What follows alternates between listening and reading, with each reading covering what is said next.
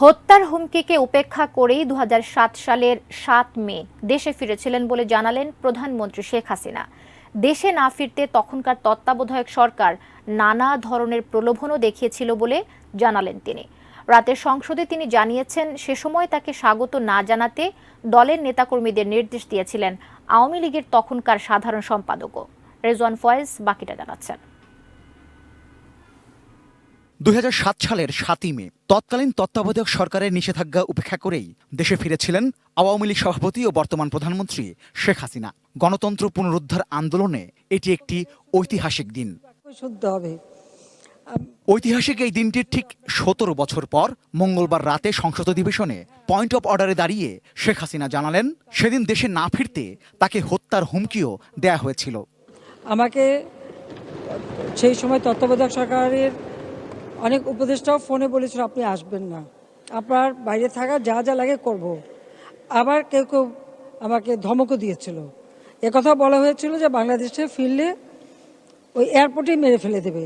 আমি বলছিলাম, আলহামদুলিল্লাহ, আমি নিজের দেশের মাটিতে তো মরবো, কিন্তু আমি আসব।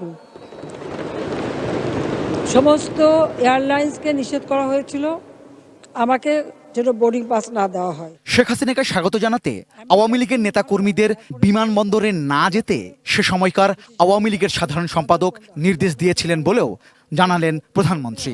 তখন বলা হয়েছিল যে কেউ যেন এয়ারপোর্টে না যায়, এমনকি আমার দলের ভিতর থেকেও। তখন দলে যিনি সেক্রেটারি ছিলেন তিনি সবাইকে বলে দিয়েছেন, কেউ এয়ারপোর্টে গেলে তাকে বহিষ্কার করা হবে। কয়েকজনের নাম নির্দিষ্ট করা ছিল। আর আমাদের নেতাকর্মী কেউ রাস্তায় থাকতে পারবে না। আমি শুধু এইটাই মেসেজ দিয়েছিলাম যে সকলেই থাকবে, তবে আমরা গেরিলা যুদ্ধ করেছি, সবাই ঘাসের সঙ্গে মিশে থাকবা।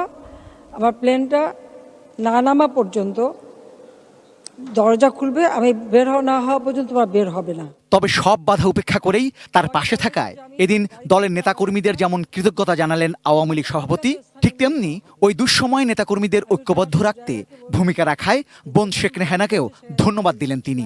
আমি যখন বন্দী ছিলাম, আমার ছোট বোন রেহানা, সে রাজনীতি করে না, সামনে নেই, কিন্তু সে অসাধ্য সাধন করতে পারে।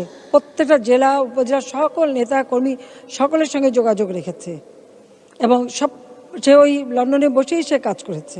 রেজওয়ান ফয়েজ, এটি নিউজ, ঢাকা।